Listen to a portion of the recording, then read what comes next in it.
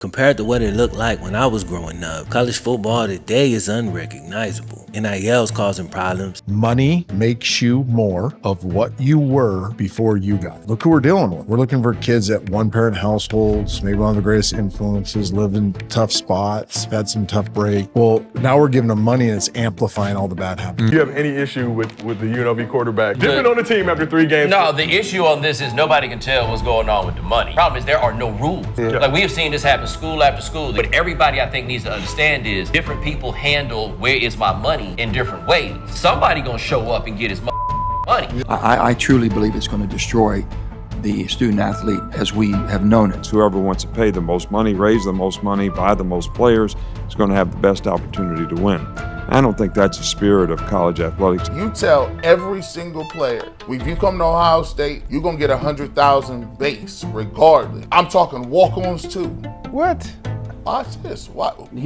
There is that's coming. So You got the transfer portal. There's stuff going on right now, guys, in college football. I mean, there's people reaching out to have a Zoom call and present all the players they represent that are on teams, including our teams. The transfer portal opens up on January 2nd in 2026, and they're already announcing their intentions to get in the transfer portal to drive the price up. And of course there's other problems, but these two issues seem to be at the heart of everything. I don't want to speak for everybody, but what I can say with pretty good certainty is that most of the people in my generation agree that college athletes deserve to get paid. We wanted dudes to be able to get a licensing check for being in a game that made millions of dollars. We wanted to put an end to college athletes in certain cases, dropping 25 and then having to go to bed hungry. We wanted kids to stop being cited for violations for every single little thing.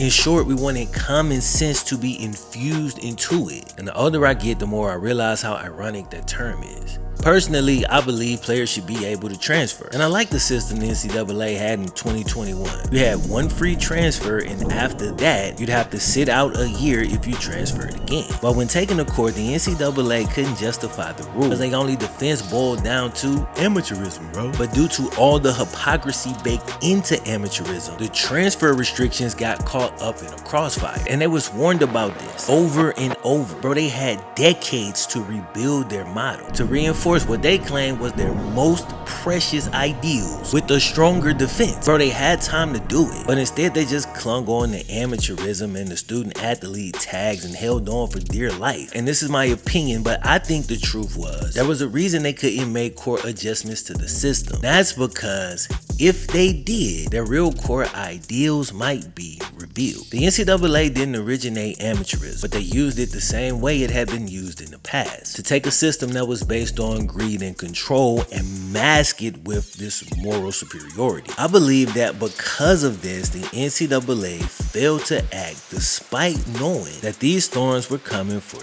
decades, bro. And because of that, NIL's become the unregulated set of bidding wars that we see today, concentrating all the top talent at the richest schools while creating a class system between teammates. If a nigga making an M, I'm probably not gonna hang with a nigga making $30,000, bro. Yeah, facts. Because we not doing the same shit, and I think that fucks up the team too. In many ways, it's turned college football into a pro league with younger, even less mature players. Like, to get money at 17, 18, I can't help you because I don't know what I would have did at 16 with $500,000. Who have less guardrails and less regulation to be able to protect them against predators. Everybody became an NIL agent. Once they passed that rule, I swear I had people coming from all over like, oh, I'm the new NIL agent. I'm like, I just got my license. I'm like, it's that quick to get a license? And at the same time, all this money got dumped into the sport. The transfer portal created this yearly free agency with over 4,000 players trying to switch schools in a single window. That's like a third of all the D1 scholarship athletes. And I can attest that I've had 2 NFL coaches tell me, and this is a football deal because they're concerned about the football part,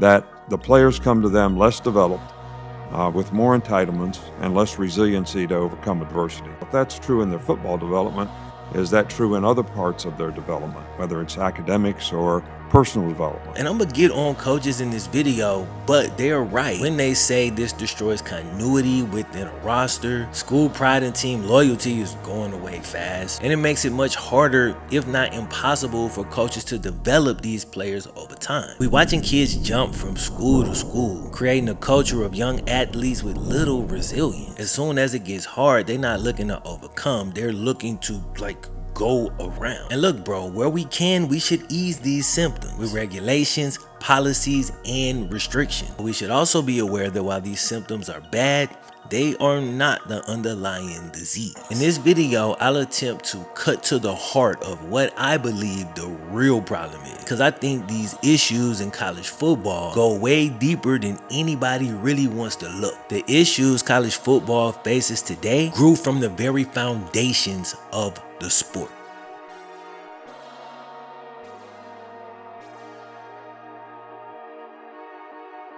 In 1955, scholarship athlete Ray Dennison, Army veteran, father of 3, suited up for a school called Fort Lewis A&M. Then on the very first play of the game, he takes a hit to the head, dies 2 days later. His widow filed for death benefits, workers' comp, but the courts ended up telling her no. They said the school, quote, wasn't in the football business. Therefore, what Ray was doing was just recreation, which meant his death wasn't their problem.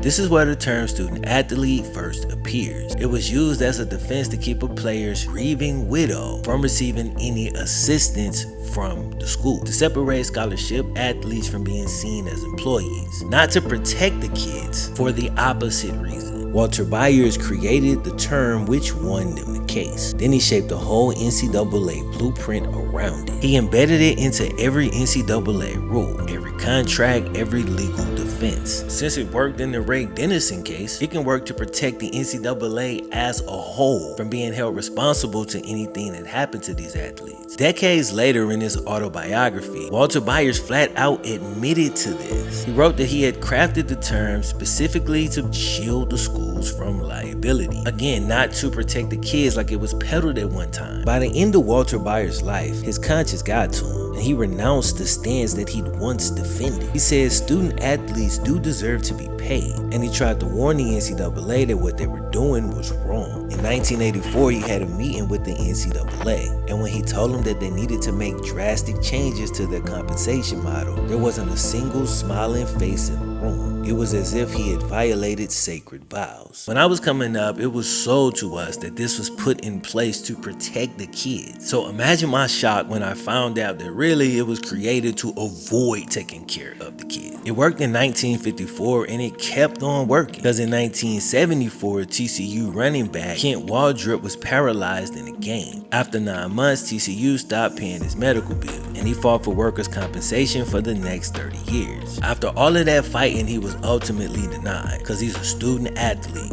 not an employee. Once the court said these kids were not employees, the student athlete term became the mantra. And ultimately, the NCAA even decided that the kids couldn't make money from their own name. As a condition of eligibility to play, every student athlete was required to sign this form, which was called the Student Athlete Statement. This granted the NCAA exclusive rights to their name, image, and likeness. There were some restrictions on it where the schools had to use it specifically in NCAA promotional activities. So while that's kind of a restriction, it's also kind of not, because NCAA promotional activities covers quite a bit. But at the same time they was forcing you to sign this over, they was simultaneously telling you it had no value. And even growing up, I would push back on it. If it has no value, why do you value it so much? The NCAA even licensed those names and images to video game companies like EA Sports, as many of us are painfully aware, because ultimately this stuff killed the game. Ed O'Bannon saw himself in NCAA basketball 2009, and the dude realized that he had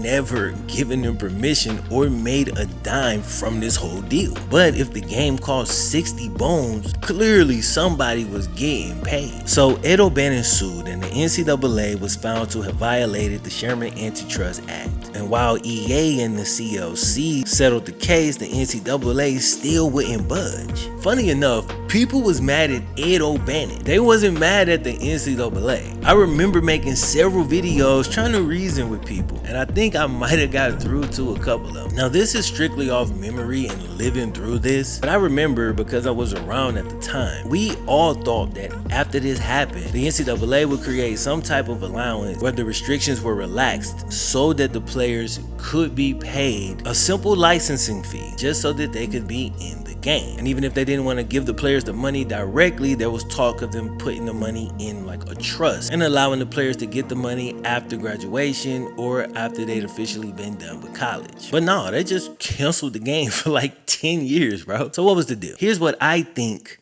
they were thinking. If you let a kid make money off his name, then you're admitting that his name has value. If his name has value, having him on the team means that he's contributing to revenue being generated. And if he's generating revenue, it becomes really hard to argue that he is not an employee. And if he's seen as an employee, you'd have to throw the student athlete tag in the trash where it belongs. So this whole corrupt structure that they'd fought to build since their inception, which I'll get to in a minute, but this whole structure would start to collapse. So they felt they couldn't give a single inch. So I don't understand their hesitance because it would be a risk. I wonder if they would have gone ahead and just created some exemptions, created some exceptions for specific situations if the student athlete / amateur model as a whole would still primarily be in place. Because the more new arguments that came up and the more they just kept giving the same answer over and over, the more they really started to look foolish and completely incompetent, thus losing public trust. Now, amateurism was their other go-to term. It predates student athlete by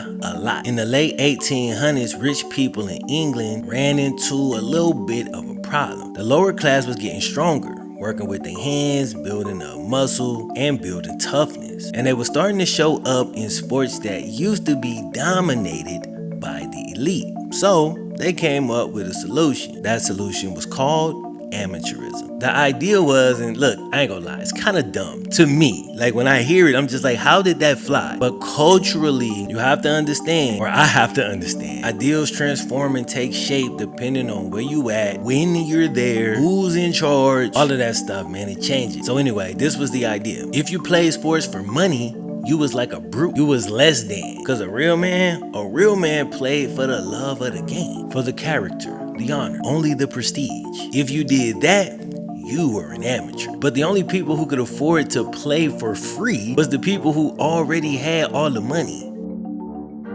So they were the amateur, and amateurism was the peak. If you play for money, you're a professional and you are not allowed. That seems so backwards, but that's the origin. But in case you missed it, the point was so they could continue to dominate other less athletic elites. Because you don't really want to let the working man in, because he gonna come in there and bring a whole different kind of fire. Remind me of that scene on The Longest Yard, ABA, NBA. But instead of creating a lesser pro league, they use amateurism to get pretty much the same effect. All right, now fast forward like 100 years and let's go from England to America. 1906, Teddy Roosevelt called a meeting that had to do with college football. And out of that meeting came the organization that would become known as the NCAA. And one of the very first things that they did was put amateurism into the founding constitution. So unlike the student athlete thing, amateurism was there from the very beginning. But the same way the England cats tried to make it sound all noble while it was really a ploy to benefit them, college football was doing the same thing. The rule that said athletes couldn't make money, in a 2009 article called Institutionalized Hypocrisy, the Myth of Intercollegiate Athletics, written by Dr. Ronald D. Flowers, he answers the question of why this was put in. The 19th and early 20th century concept of amateurism will become an invented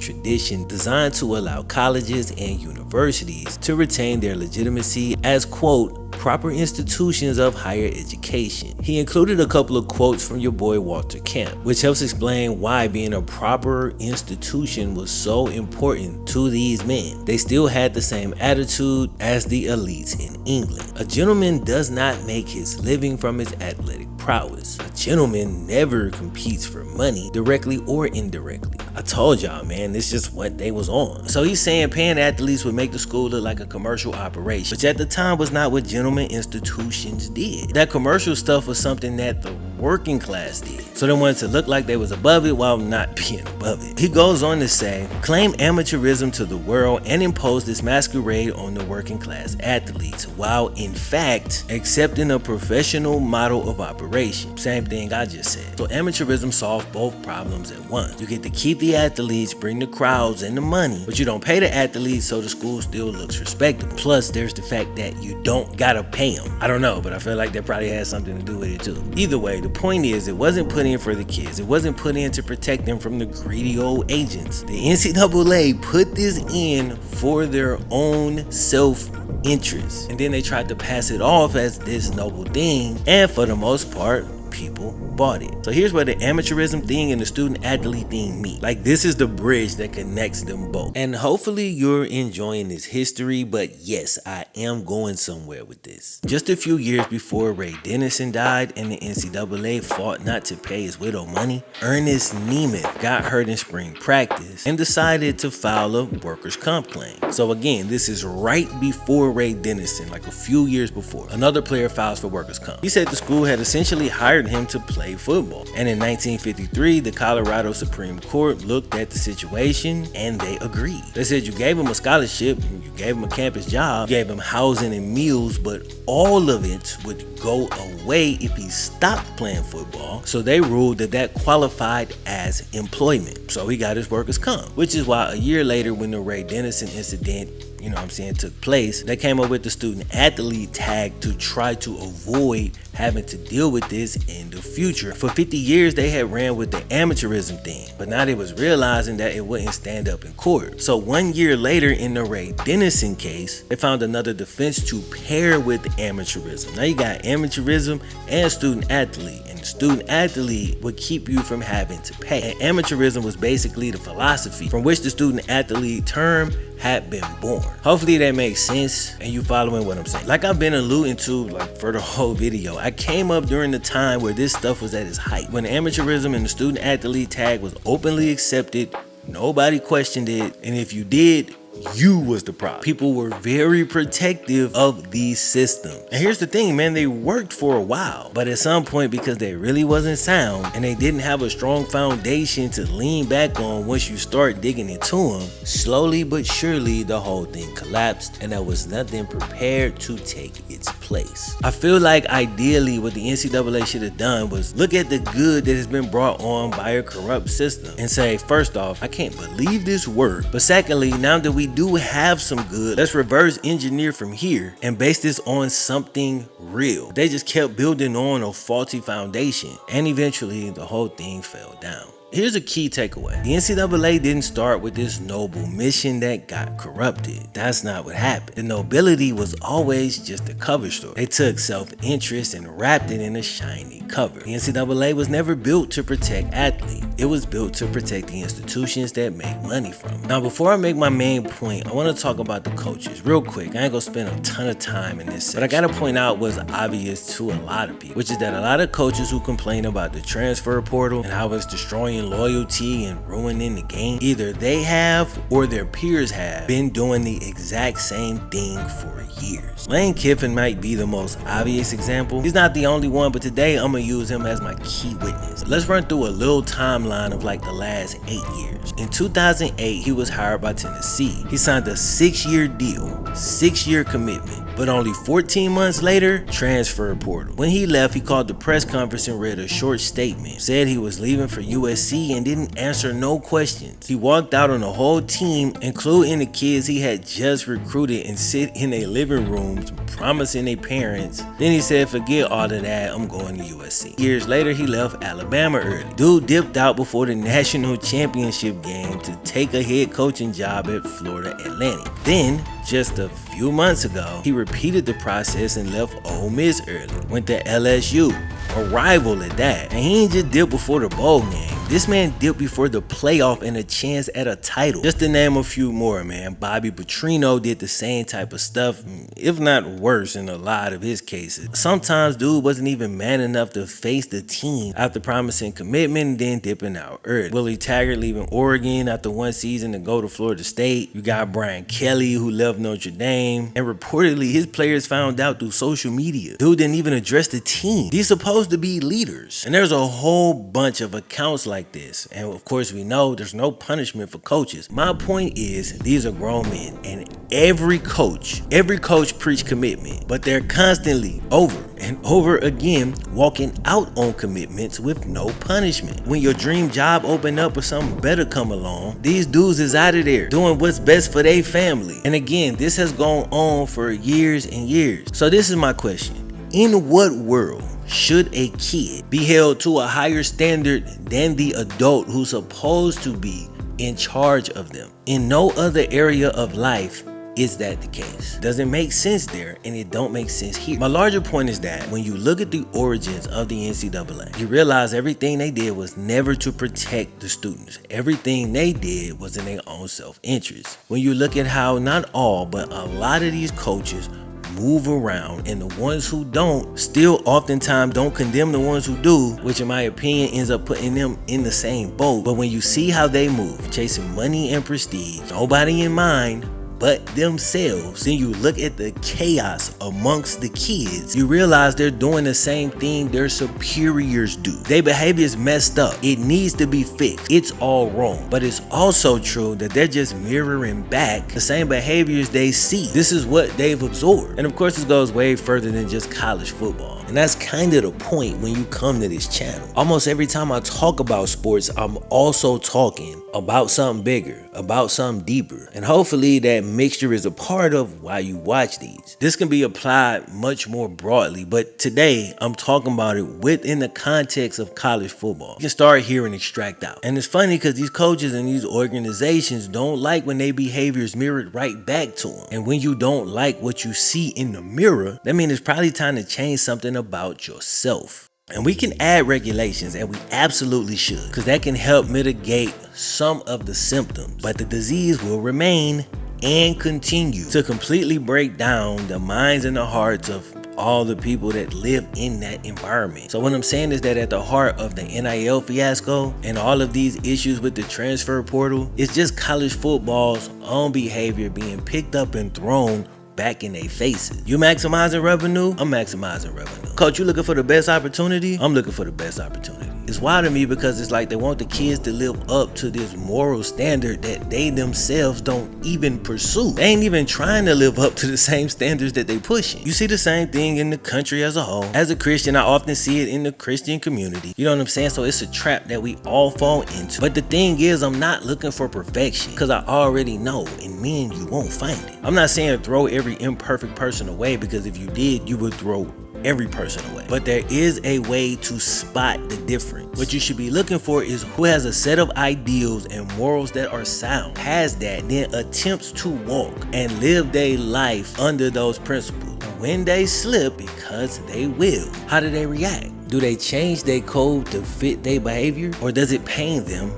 Then they admit fault and then put forth a real effort to live better. After a certain amount of time, can you see the lessons that they've learned from those mistakes being applied to their life? That's how you tell the difference in a world where everybody's flawed. Who's making progress and putting real effort into improving? That's the type of man that I can respect. That's the type of organization that I can respect. Even though the NCAA was founded on what they was founded on, at any point they can turn and actually pursue the ideals that they pretended to hold up so high. And again, not every coach, I'm never speaking of every person in any category, because they're obviously not all the same. But coaches, I would personally like to see them actually pursue the things that they stand in every team meeting and preach over and over. Can I please see you pursue that in your own life and in how you move and how you conduct business? I challenge every single person that's watching this video, like, really pursue it. And you're gonna realize real quick, bro, it is hard, but it's that difficulty that makes it worth pursuing. But if you're looking at it like, well, that only affects me, how does that affect the world at large, or for the coaches in the NCAA? How does that affect the kids? I'm not being woo-woo. This is science. In 1963, a psychologist named Dr. Albert Bandura ran one of the most famous experiments in the history of behavioral science. It's kind of got a stupid name. It's called the Bobo doll experiment. The setup's super simple. He put a group of kids in a room and let them watch adults playing with toys. Some adults played calmly, relaxed, and respectful, while others went wild and beat the crap out of the toy. Then the adults left the room, and guess what the kids did? The ones who watched the respectful adults, they played respectfully. The ones who watched the aggressive adults, they beat the crap out the toys like the adults that they watched. Bro, them kids threw the same punches, used the same weapons, like they had a little mallet. They wasn't told to do this. Nobody instructed them. Nobody rewarded them for doing one or the other. All they did was watch and copy. The study launched an entire field of research. It's called the social learning theory. And in 60 plus years since, the same findings have been confirmed over and over across cultures, age, and different kinds of behavior. The conclusion is simple. Kids learn more from what you do than what you say. You probably already knew that, but people can know that and still never make the connection. So I wanted to get some evidence to support my claim. But lived out behavior beats spoken instruction every single time, over and over. And taking it further, Dr. Bandura found something else. Kids don't copy just anybody equally. They're actually more likely to imitate people that they see as nurturing or powerful. So usually the people with authority over them. In the world of college football, that's the coaches and the organization. So while I don't think this is a conscious thing, kids model what they do based on the culture that's set. This is why even kids who swear they won't be like their parents oftentimes grow up to be exactly that, because it's a behavior they subconsciously absorb. So I think that's the heart of the issue with college football. I think that's the heart of the issue with culture in general. I think that's the heart of the issue with the country as a whole. I think at the end of the day, that's the underlying disease. I'm just a YouTuber and a writer, so you ain't gotta listen to me, bro. But if you are wondering what you can do that can start right now and be infused into everything you touch, it comes down to something that's really simple. The next generation will be a reflection of the things that you put out there, of how you ultimately live. I try to base my principles on the Bible, but wherever you get your principles from, try to pursue getting closer to those. Because if the morals and the principles are sound, the better the reflection you'll give off to the next generation.